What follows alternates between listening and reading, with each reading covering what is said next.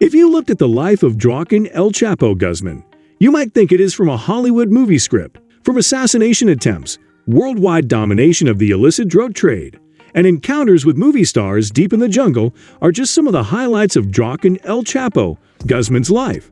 If there wasn't any concrete evidence to back any of this up, it would be very difficult to accept it all. The truth of the matter is, however, that Joaquin El Chapo Guzman's life has been anything from typical, even by the standards of drug lords. However, even though Guzman has been caught at this time, the terrible and unsettling legacy he left behind is unlikely to ever be forgotten. He was the oldest of 7 children and was born into a poor family in the rural village of La Tuna, which is located in the state of Sinaloa, in the far northwestern region of Mexico.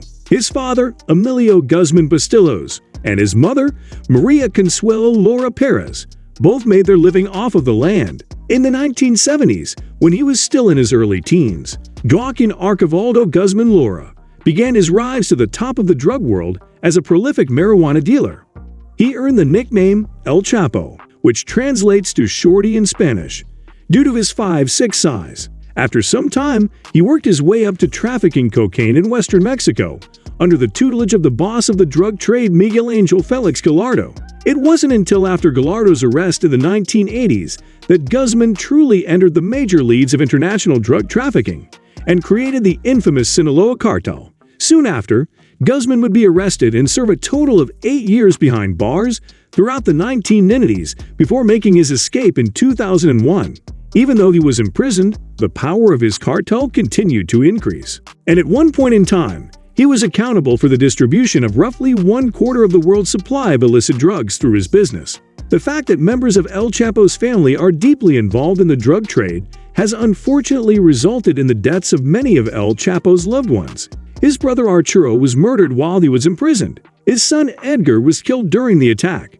His girlfriend, Zulima Hernandez, was found dead in the trunk of a car after having been strangled. At the party, his nephew Obiad Cano Zapillo was murdered by a gunman. When El Chapo was finally apprehended in 1993, the jail system virtually became his palace, and the guards became his paid attendants. After that, in 2001, he broke out of prison with the assistance of a security officer using a laundry cart. The overarching strategy cost him $2.5 million to achieve. After El Chapo successfully executed Rodolfo Carrillo Fuentes, the head of the Torres cartel, it set the stage for all cartels clamoring for power and control, which is the current conflict that is being referred to as the Mexican drug war. Then the major drug gangs agreed on a non-aggression pact between themselves. During his time as a drug lord, it is said that El Chapo garnered a lot of support from people.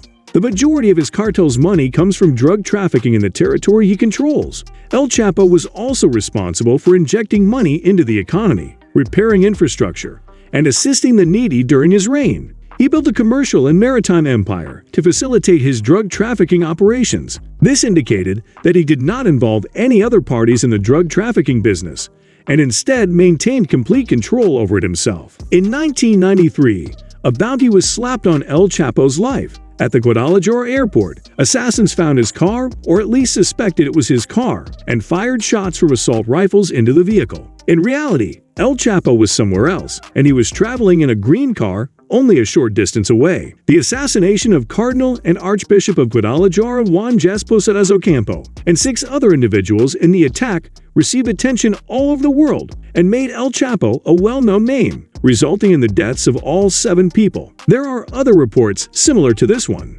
which states that El Chapo went into a restaurant, demanded that the customers be quiet, took away their mobile devices, ate his dinner, and then paid for everyone else's meals as compensation for the disruption he caused. While the general public may be in awe of El Chapo's kindness, authorities are quick to point out that he was merely establishing his authority and proving that he is, indeed, still very much alive and in charge of his organization. There was a reward of $5 million for information, leading to the capture of El Chapo. Around 6:40 in the morning on February 22, 2014, he was taken into custody at a hotel on the beach. After his identification was verified, he was taken by plane to Mexico City, where he was taken to the Federal Social Readaptation Center No. 1 for further processing. Alright, guys, that's a wrap for this video. Thanks for watching. If you enjoyed the video, Consider leaving a like and subscribing to the channel for more videos just like this. See you guys next time.